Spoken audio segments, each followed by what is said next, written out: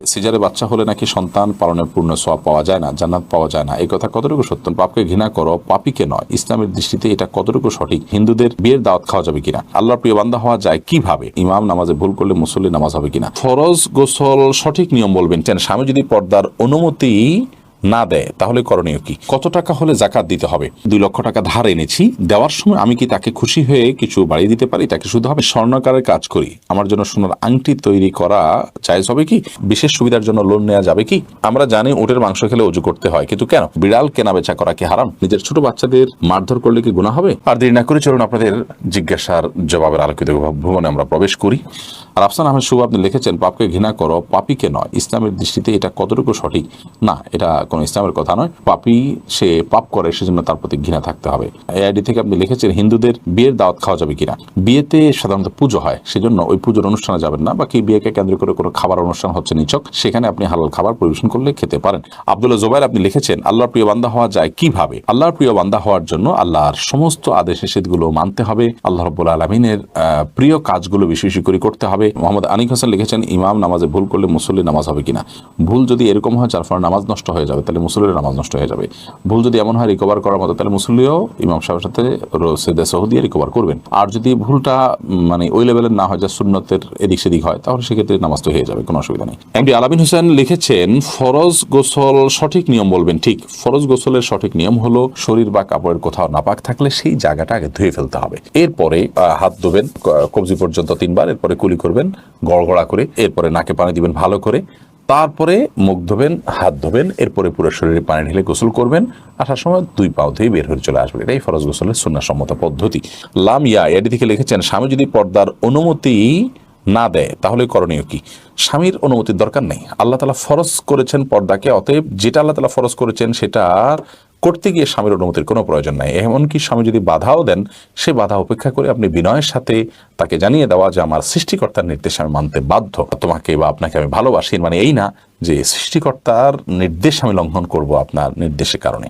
বিনয়ের সাথে তাকে নিজের অপারগতার কথা প্রকাশ করে আপনি ঠিকই পর্দা মানতে হবে। এরপরে এমডি হাদিস যখন আপনি লিখেছেন, কত টাকা হলে জাকাত দিতে হবে? জাকাত দিতে হবে 595 গ্রাম রূপা কেনার মতো টাকা থাকলে। 595 গ্রামের রূপার বাজার মূল্য কত দেখবেন, সেটা সম্ভবত 40-50 হাজার বা এর কম বেশি হবে। আমি এক্সাক্ট ফিগার বলছি না, জাস্ট আইডিয়া দিলাম। 1 লাখের নিচেই হয়ে যায় জাকাতের অর্থ যদি এই টাকা আপনার কাছে 1 বছর পড়ে থাকে, স্টে করে অবস্থান করে, তাহলে সেক্ষেত্রে 1 বছর পর আপনি এটা জাকাত দিবেন। আর যদি এর মধ্যে খরচ হয়ে যায় বা আপনি জমি কিনে ফেলেন বা এমন কোনো কাজে লাগায় ফেলেন যেটা জাকাত যোগ্য সম্পদ নয়, তাহলে সেক্ষেত্রে সেটা জাকাত আপনাকে দিতে হবে না। আয়ান ইসলাম আপনি লিখেছেন, আমি একজনের কাছ থেকে 2 লক্ষ টাকা ধার এনেছি, দেওয়ার সময় আমি কি তাকে খুশি হয়ে কিছু বাড়িয়ে দিতে পারি? তাকে শুধু হবে না, এটা শুধু হবে না, বরং একটা হাদিস দ্বারা এটাকে অনুমোদন করা হয়েছে। একটা হাদিসে নবী করিম সাল্লাল্লাহু আলাইহি ওয়াসাল্লাম এর জন্য নির্দেশনাও দিয়েছেন, কর্দে হাসানা, কেউ আপনাকে দিয়েছেন লোন, আপনি পরিশোধ করার সময় আপনার নিজে থেকে কিছু বাড়িয়ে তাকে দিলেন, এটা জায়েজ আছে। তিনি এটার জন্য কোনো আশা করলেন না, অর্থাৎ তিনি পাবেন কি পাবেন না গুনাহখোর তার হয়তো মাথায়ও নেই, তিনি জাস্ট মূলটা পাবেন সে আশাই তার আছে। আপনিও দিবেন আগে থেকে এরকম কোনো চুক্তি তার সাথে করেননি, জাস্ট দেওয়ার সময় আপনি একটু বাড়িয়ে দিলেন, এটা কিন্তু সুদের অন্তর্ভুক্ত হবে না, এটা জায়েজ হবে ইনশাআল্লাহ বিইذনিল্লাহ। শাহনওয়াজ শেখ আপনি লিখেছেন, আমি স্বর্ণকারের কাজ করি, আমার জন্য সোনার আংটি তৈরি করা জায়েজ হবে কি? হ্যাঁ, করতে পারেন আপনি। সোনার আংটি তৈরি করতে কোনো অসুবিধা নাই, কিন্তু পুরুষদের জন্য স্বর্ণ পরা হারাম বিধায় কোন পুরুষ পরবে আপনি জানেন, তারপরও আপনি হেল্প করেন, তাহলে সেক্ষেত্রে তো আপনি গুনাহগার হবেন। আর এমনিতে আপনি আংটি তৈরি করেছেন, সেই আংটিটা যে কেউ পড়তে পারে, পুরুষ পড়তে পারে, নারী পড়তে পারে, এরকম অপশন আছে। তো সেক্ষেত্রে আপনি আংটি তৈরি করলেই যে গুনাহগার হয়ে যাবেন ব্যাপারটা সেরকম না, কারণ আপনি তো আর কাউকে ওই আংটি পড়ার ব্যাপারে আপনি নিশ্চিত না যেটা কি ছেলে পড়বে নাকি মেয়ে পড়বে, যার কারণে গুনাহ হবে না। হ্যাঁ, যদি এরকম থাকে যে আংটির মধ্যে ছেলে কোনগুলো পড়বে সেগুলো আপনার নিশ্চিত থাকে যেটা ছেলেরা পড়ে, আপনি ইচ্ছাকৃতভাবে সেই আংটি বানাচ্ছেন ছেলেরা যে আংটি পড়বে, তাহলে সেক্ষেত্রে আপনি গুনাহগার হবেন। পশ্চিম বাংলা থেকে বলছি, কৃষি লোন না নিলে সরকারি সুযোগ সুবিধা পাওয়া যায় না, বিশেষ সুবিধার জন্য লোন নেওয়া যাবে কি?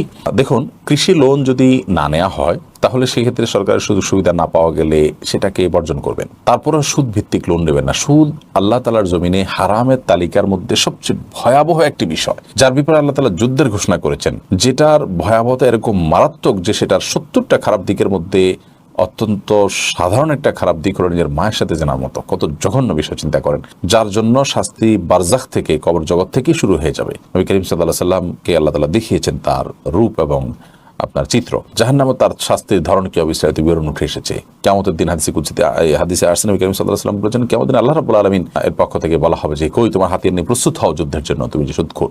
তো এই জন্য আপনি কৃষি লোন না নিলে যদি কিছু সুযোগ সুবিধা থেকে বঞ্চিত হন, তো সেই স্যাক্রিফাইসটা আল্লাহর জন্য করবেন। আপনার কিছু ক্ষতি হবে, তার বিনিময়ে আল্লাহর কাছে আপনি আজার পাবেন ইনশাআল্লাহ বিদিনিল্লাহ। মোহাম্মদ আলামিন রুবেল লিখেছেন, আমরা জানি উটের মাংস খেলে অজু করতে হয়, কিন্তু কেন? কোনো কারণেই হাদিসে কোনো নির্দেশনা থাকলে সেই নির্দেশনার কেন আমরা জিজ্ঞেস করা, এটা আমাদের জন্য মানে কেন আমরা জানতে পারা, এটা আমাদের জন্য জরুরি বা আবশ্যক নয়। আল্লাহ রাব্বুল আলামিন কোনো নির্দেশ করলে, আল্লাহ রাসূল সাল্লাল্লাহু আলাইহি ওয়াসাল্লাম কোনো নির্দেশ করলে, আমি তো আল্লাহর গোলাম, আল্লাহর নির্দেশ নিষেধের সব রহস্য যদি আমি বুঝে যাই, তাহলে আর আমার সৃষ্টির সাথে স্রষ্টার কি পার্থক্য, দাসের সাথে মালিকের কি পার্থক্য? এটা হলো বড় কথা। এর বাইরে আপনার এটা নিয়ে ফুকাহাদের মধ্যে মত পার্থক্য আছে। অনেক ফকিহগণ বলেছেন এখানে উজু করা বলতে ভালো করে হাতটা ধোয়ার কথা বলছেন, চর্বি অনেক বেশি থাকে সেজন্য।